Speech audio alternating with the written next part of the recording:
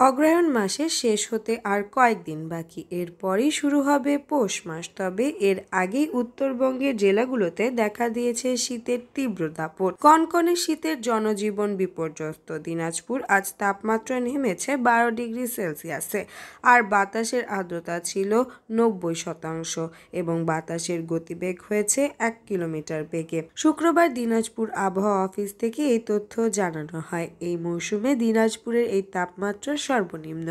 এ বিষয়ে দিনাজপুর আবহাওয়া অফিসের ইনচার্জ তোফাজ্জল হোসেন জানান, এই মাসে শীতের তীব্রতা আরও অনেক বেশি হবে। সেই সঙ্গে বয়ে যেতে পারে কয়েকটি শৈত্যপ্রবাহ। দিনের বেলায় সূর্য উঠেছে এবং ভ্যাপসা গরম বিরাজ করছে, তবে সন্ধ্যা থেকে সকাল পর্যন্ত ঘন কুয়াশা, উত্তর দিক থেকে আসা হিমেল বাতাস ও কনকনে শীত বিরাজ করে। এ সময় হেডলাইট জ্বালিয়ে যানবাহন চলাচল করতে হয়। গরম কাপড়ের অভাবে খেটে খাওয়া ও নিম্ন আয়ের মানুষ জুবুথুবু হয়ে পড়েছে। খেটে খাওয়া মানুষেরা বেশ বেলা করে কাজে যাওয়ায় কাজ পাচ্ছে না তারা।